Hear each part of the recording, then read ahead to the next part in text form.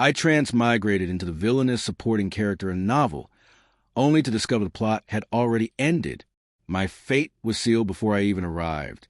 And just like in the story, I ruined the male protagonist's chance to take the college entrance exam. Because of that, I was dragged to my knees in front of my two older sisters. Maria, the eldest, didn't hesitate. She struck me with a stick, her voice cold enough to freeze the air. Kneel and kowtow 1,000 times. Then you can get up. Sophia, the second sister, didn't bother with threats.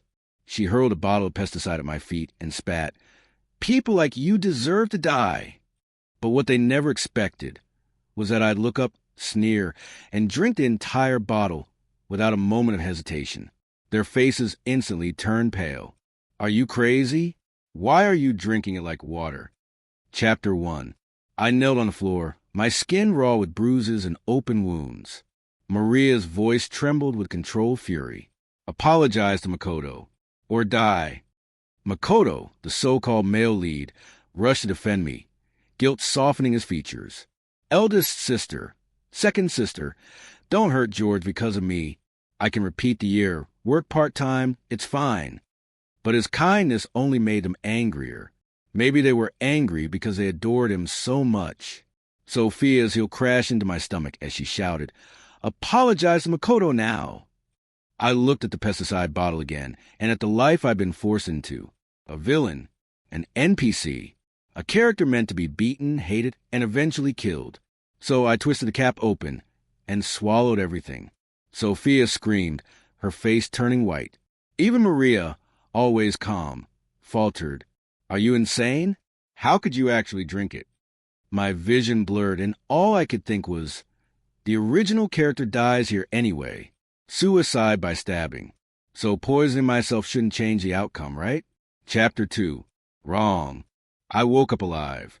Turns out the pesticide seller had replaced the real poison with watered-down garbage to make more money. He clutched his chest dramatically, muttering about how lucky he was. Otherwise, he'd be paying for my funeral in his pants. Sophia stood beside my bed, eyes red and swollen. I was just joking. How could you actually drink it? George, when did you become so fragile? But the original George wasn't fragile. He was a villain, destined to destroy Makoto's life. He'd once tried poisoning Makoto with a laxative to keep him from taking the exam, only to lose his nerve halfway. Yet Makoto still ended up with diarrhea and missed it, which meant Makoto might have been faking. Sophia stepped closer. Why aren't you talking? She reached for my hand, concern flickering where hatred used to live. But I pushed her away, hard. I didn't want her sympathy. I wasn't thinking of living. I was thinking of how to die, because only if the villain dies, I can go home. Maria stormed in and slapped me across the face. Why did you push Sophia? She had once been gentle with the original George. He cooked for her, washed her clothes, polished her shoes. And in return, she punished him whenever Makoto shed a single tear. I shoved her away, too, sending her stumbling. Who do you think you are to talk to me like that? Makoto appeared in the doorway, his voice dripping with false innocence. Brother, how could you treat big sis like that? I slapped him without blinking. Who are you, an outsider, to speak here? I didn't wait for their reactions. I walked out. I only had one goal left, end this life and escape this world. So I climbed to the rooftop, 20 floors high, high enough that even fate couldn't interfere. I closed my eyes, ready to jump, but before I could fall, something yanked me back. I stumbled, confused, as a girl appeared before me. With a tiny face, bright eyes, and a voice trembled with urgency, she said, George, don't die. I racked my brain, trying to remember who this girl was. And then it hit me. Willow, just one of the original character's classmates. So faint in the story, she was practically an NPC. Her only line had been asking him to bring her breakfast once. That was it. But right now, Willow was clutching my hand, like it was the only thing keeping me from falling. Her voice trembled as she whispered, The world is still beautiful. She kept talking, hopeful, earnest, about the college entrance exams, about university, about how life would surely get better, how I just had to stay alive. I wanted to tell her none of this had anything to do with me, that I wasn't the boy she thought I was. But something inside me, something I couldn't explain, stopped the words from coming out. All I managed was a soft, "Okay." Her face brightened instantly. "Good. Remember what I said. I heard you were sick today. If I hadn't come, you might have done something reckless." Then she told me not to care about how my older sisters treated me, that there were people in the world who genuinely liked me. I didn't understand her kindness. Not yet. She led me downstairs like she was guiding a wounded child, took me to a tiny beef noodle shop, and even ordered extra beef for me. "Life is about eating good food," she said with this warm smile. "If you can enjoy that, you can enjoy anything." I was just about to thank her when a shadow lunged at me. My bowl flew from my hands, hot broth splashing all over my pants. And there she stood, Maria, my ice-cold eldest sister, her expression sharper than a knife. "I knew you were pretending to drink pesticide," she hissed. "Too convenient that it was watered down. You think this will make us feel sorry for you? It just makes me hate you more." Before I could react, Willow stepped in front of me, shouting, "Don't bully George." I stared at my soaked pants, then at Maria, and something inside me snapped. I gently moved Willow aside, lifted the fallen noodles, and slapped them straight into Maria's perfectly made-up face. "Didn't your mother teach you not to interrupt someone while they're eating?" Another handful, another smack, beef sliding down her cheeks like a tragic makeup tutorial gone wrong. She stumbled back, stunned. I leaned in. "Try me again, big sister. Next time I won't use noodles. I'll use sulfuric acid." She shrieked my name, furious beyond belief. I just grinned and flicked a piece of beef right into her open mouth. "There, maybe that'll shut you up." To be honest, I had always hated this character while reading the novel. She tormented the original protagonist endlessly, forced him to yield to Makoto. Even stole his scholarship to buy Makoto a guitar. And now I finally got to fight back, after dropping Willow home. She glanced at my soaked clothes and said, "Change when you get back. Don't stay in wet clothes." I nodded. Even I had figured out her connection to the original character by now. Then she looked at me more seriously. "George, you've changed. You'd never have stood up to your sister like that before." I smiled. People grow up. What I meant was, the original George was gone, and as long as I lived in his place, I wouldn't let him suffer again. When I got home, Sophia, my second sister, was waiting on the couch. I expected more scolding, so I tried to walk past her. But then she said something that froze me in my tracks. "Brother, I want to talk to you." Brother. She had never called me that before. She confessed she was the one who bought the pesticide, that she knew I hadn't faked anything, that she genuinely wanted to understand why I had tried to die. Finally, someone who seemed human, but it didn't matter anymore. "Funny," I said with a bitter laugh. "You still don't get it. He lost everything because of Makoto. Anyone would break." Before she could reply, I walked away. Their apologies meant nothing now. I was already planning how to end things for real, maybe even take the whole house down with me. Late that night, I slipped downstairs and reached for the gas valve. But before I touched it, Makoto walked in. He smirked like he'd caught me playing a childish prank. "Trying to fake another suicide to make the sisters pity you? I've been watching you all day."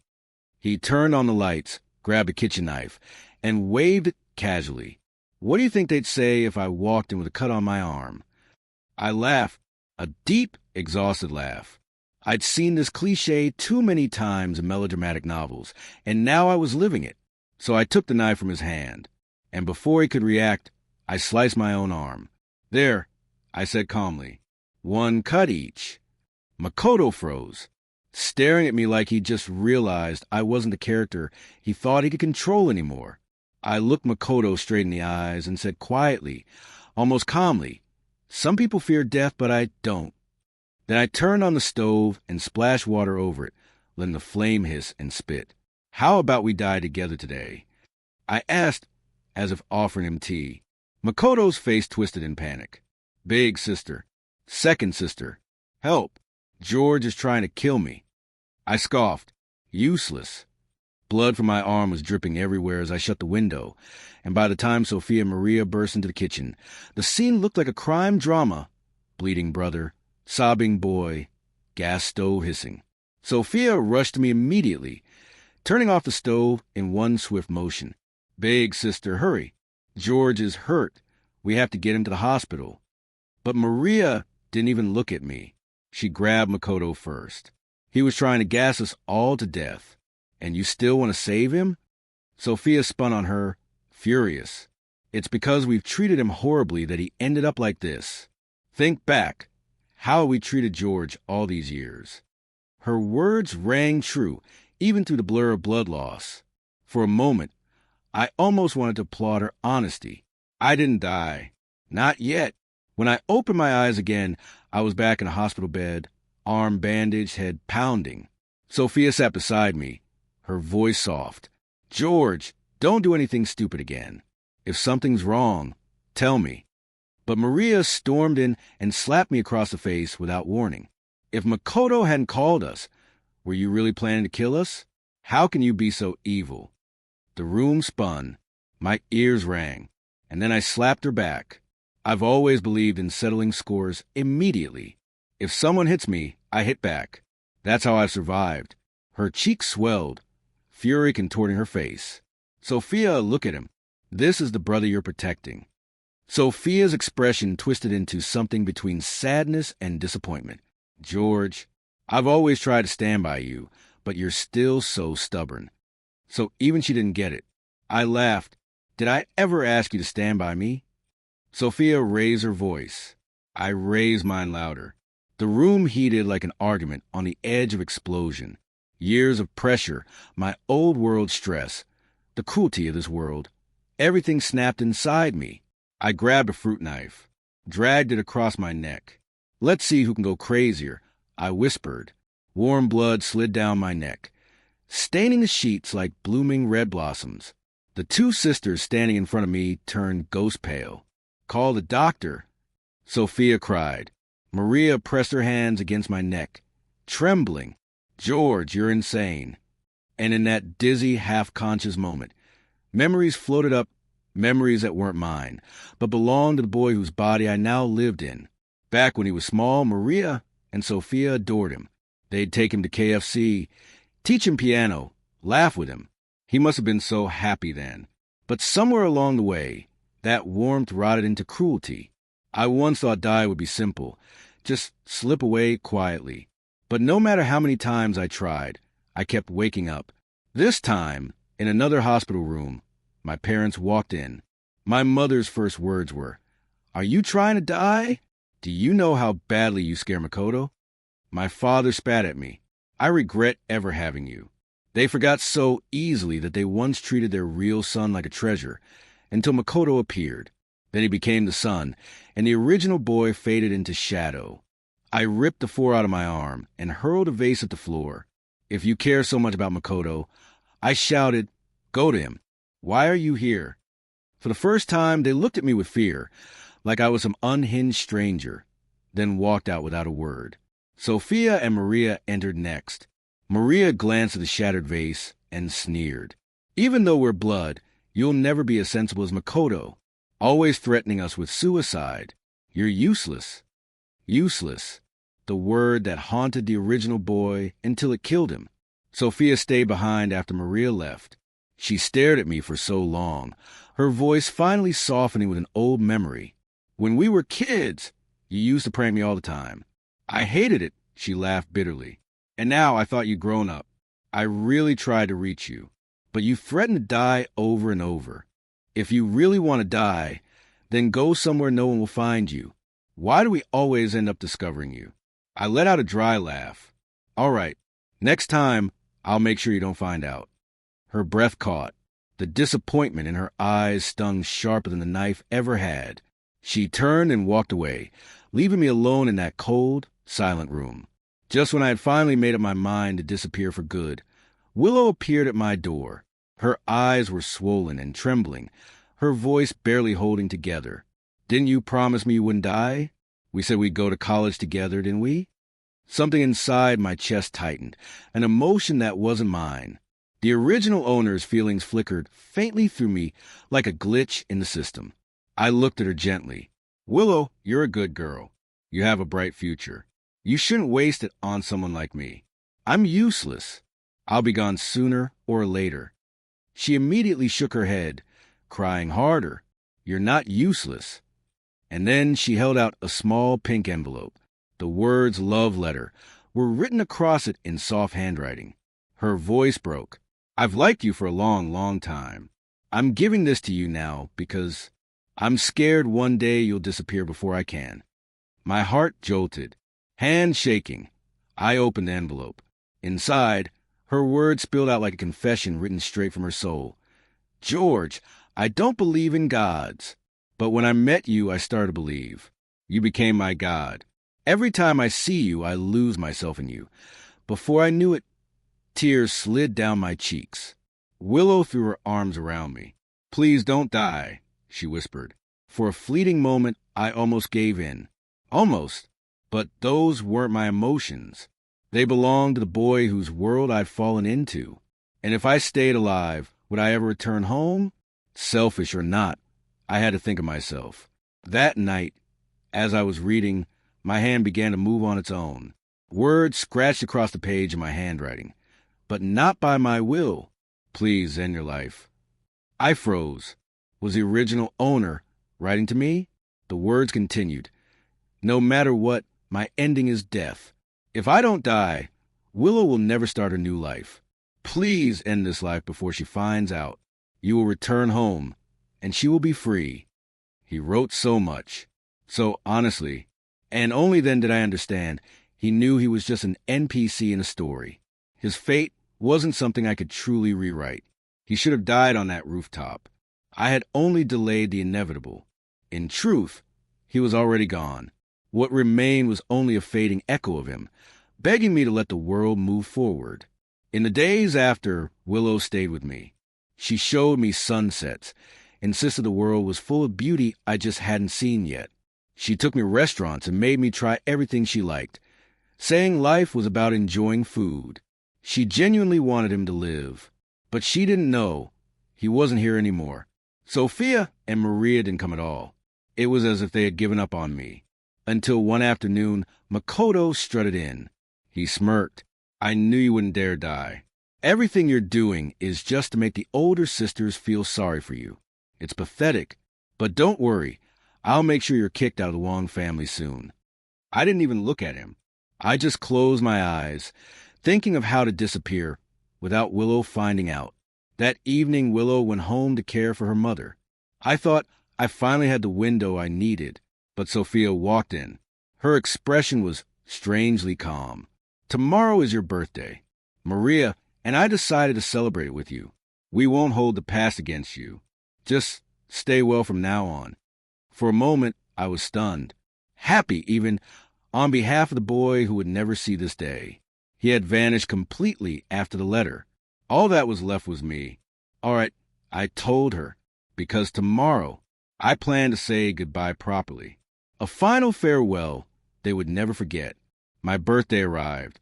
Willow sent me a soft, happy birthday message first thing in the morning. I put on a white suit and headed to the rooftop where my family had arranged the celebration. Makoto wore white too. His suit was designer, far more expensive than mine. Typical. They said things would be different. But deep down, nothing had changed. Makoto was still the golden child. When we stepped onto the rooftop, everyone laughed and toasted with champagne. The moment my parents spotted Makoto, they called him over, introducing him to important guests, businessmen, politicians, people who could guarantee him a bright future, exam or no exam. As for me, their biological son, I stood in the background like an uninvited extra. Sophia tugged me aside. Apologize to Big Sister and the parents today. Do that, and they won't blame you anymore. You upset everyone recently. I nodded. Okay. She exhaled in relief. I knew you still had a good heart.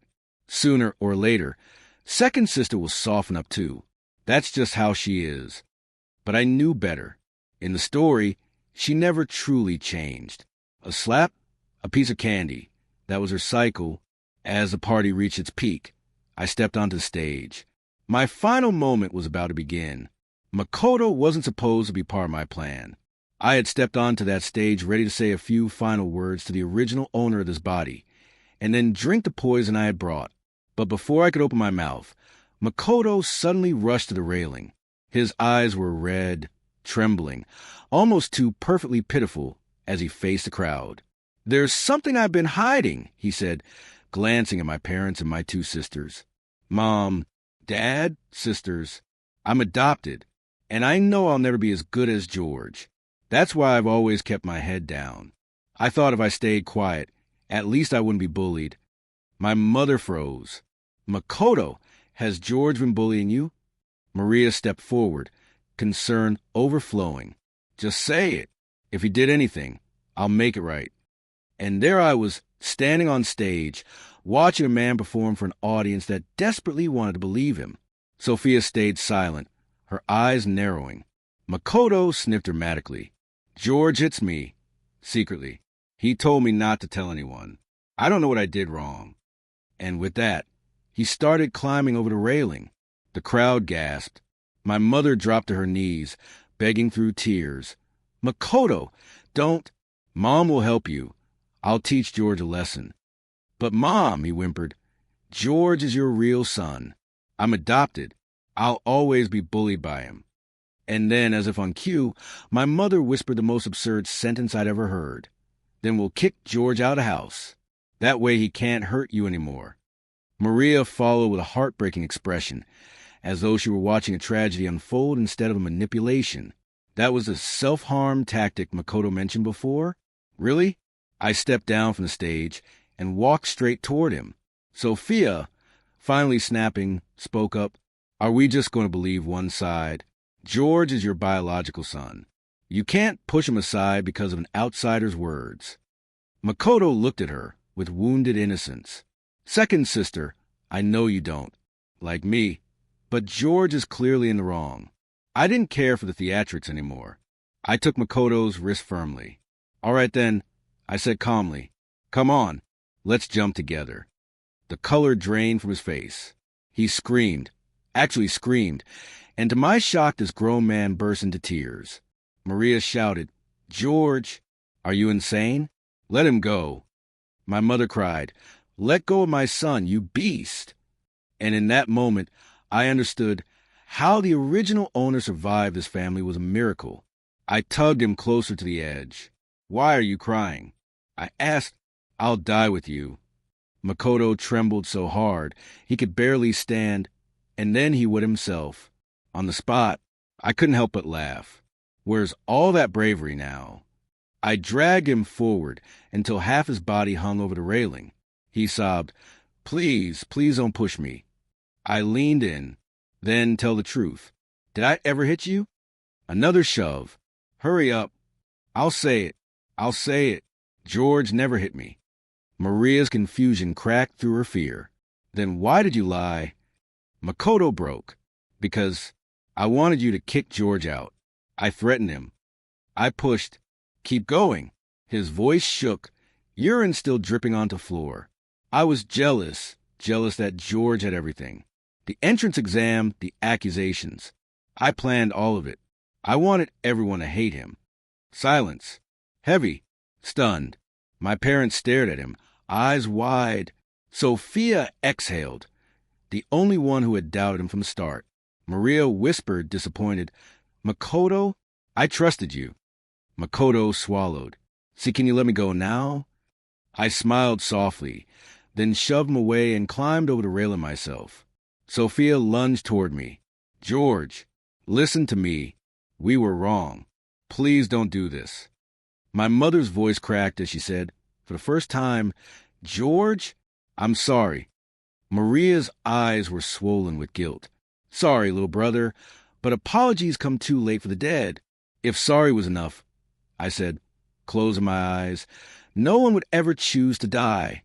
I leaned forward, and the world tilted with me. Before I could fall, Sophia grabbed my hand. Then Maria, both crying, both shaking, holding on like their lives depended on mine. Sophia choked out, "I'm sorry. I won't be harsh anymore. I regret everything, even the poison. Thank God you survived." Maria sobbed, "We're family, George. Families fight, but we fix things. Let's start over, please."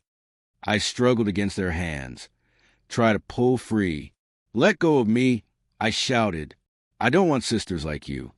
But they didn't listen. In the end, I didn't die. They dragged me back to safety, carried me inside like something fragile, and locked me in a bedroom. Every sharp object disappeared within minutes.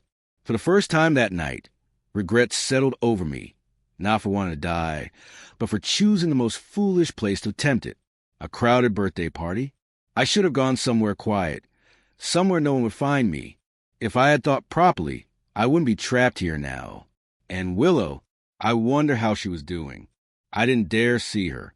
If I saw her now, I knew I wouldn't be able to leave this world when the time came. Before I die, I want her as far from me as possible. News reached me that Makoto had been kicked out. But of course, my parents couldn't cut the cord completely. They still sent him money in secret. A pathetic joke. But I didn't care anymore. At least I cleared the original owner's name. Then Sophia came. She handed me a watch, one the original owner had always admired, the same kind she used to buy only for Makoto. Her voice shook. "I'm sorry. I thought about everything, and I know how wrong I was. These years must have been hell for you, George."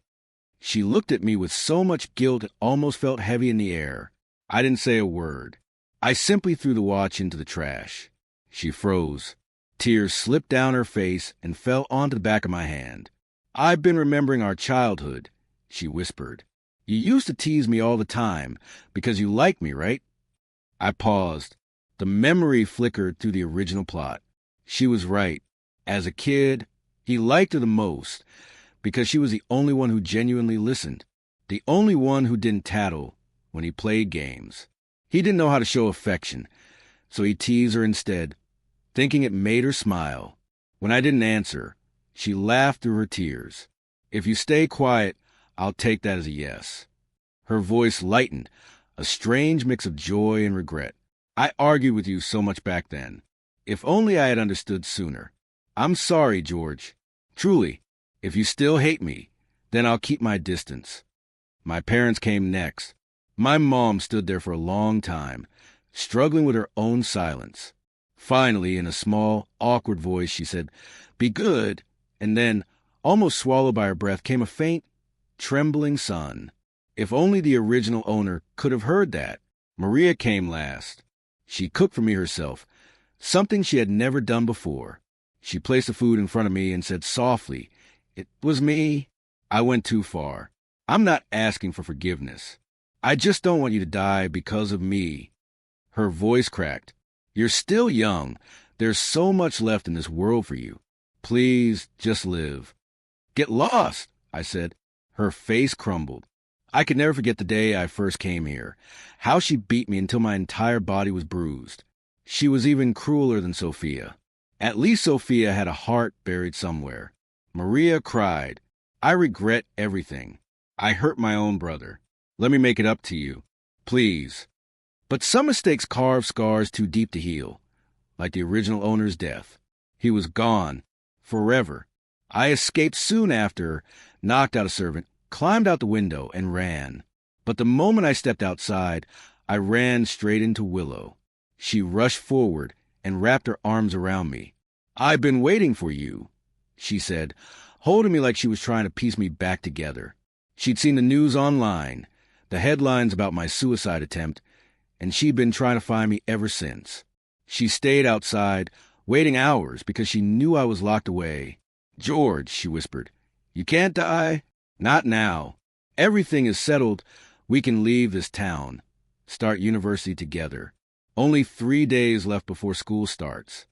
Okay, I told her. I wanted to tell her the truth, that I wasn't the real George. But after a moment, I swallowed the words. I didn't belong to this world. I wouldn't interfere in what came next. She took me to her home. Her mother cooked a warm meal, filling the table with dishes I hadn't tasted in a long time. Willow kept talking about the future, how we were only 18, how life was full of possibility, how once we reached university, we could go shopping on weekends, visit amusement parks, live out small, simple joys. It was the kind of life the original owner must have dreamed of. Peaceful, ordinary, safe, but he had only ever been a pitiful NPC. After dinner, I slipped into the bathroom and left a bank card on the sink. Everything the original owner had saved. I wanted Willow to have it. Then I climbed out of the window and ran. I searched for a quiet place to die, but instead, Makoto found me. He kidnapped me, dragged me into a warehouse, tied a bomb to my body. Then, like some twisted performance, he had someone tie him up too, attaching a second bomb to his chest. He smiled, eyes gleaming with madness. "George, I'm going to show you your family cares about me more." He was completely gone. I didn't even bother arguing. We were both going to die anyway. An explosion would be as good an ending as any. Then Sophia and the others burst in. Shock washed over their faces when they saw us strapped with bombs. Makoto immediately put on his pathetic mask again. "Eldest sister, second sister, please save me." Maria took a step forward, but froze when she noticed a sign on the wall. Only one person can be saved. If you save one, the other dies. Sophia's voice cracked with urgency. "Eldest sister, we should save George." But Maria paused. Her brows knitted. Her eyes flickered between us.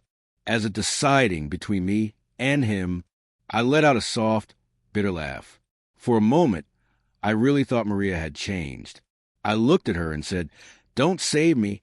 I was planning to die anyway." "George, we will save you." Sophia's voice cut through the air as she rushed toward me.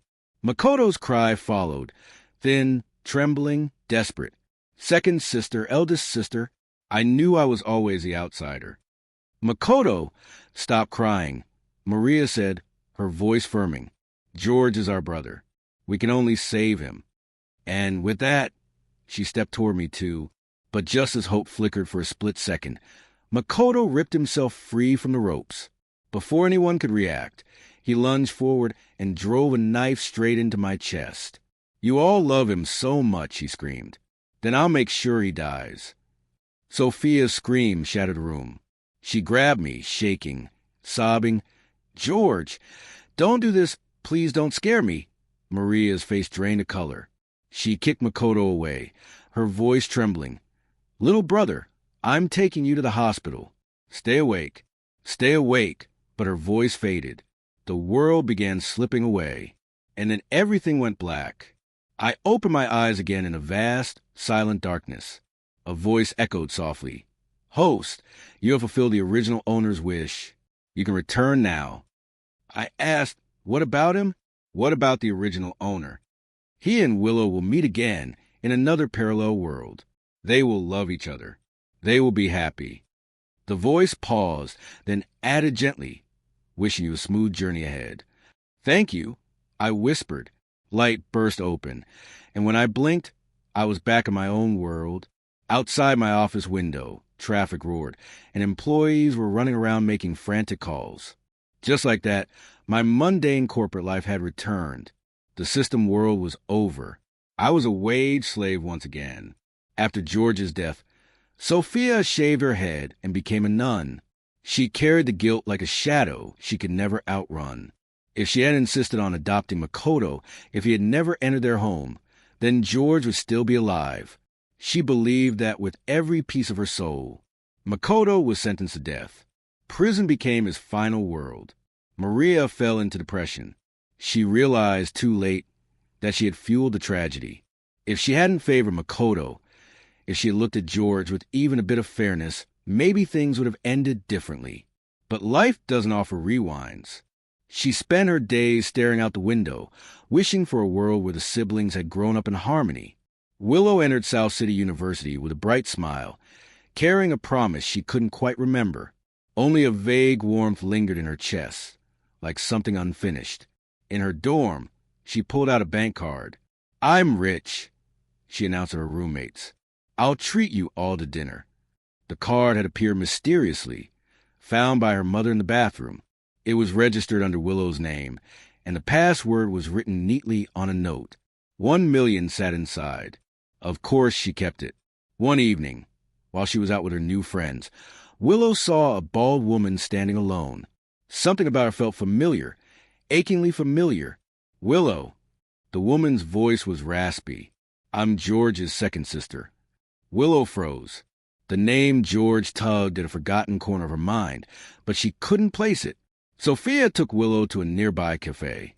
After finding that confession letter in George's room, Sophia had realized Willow mattered to him deeply. She'd never known her brother had someone he cared for. To her, he was always a troublesome boy who bullied Makoto.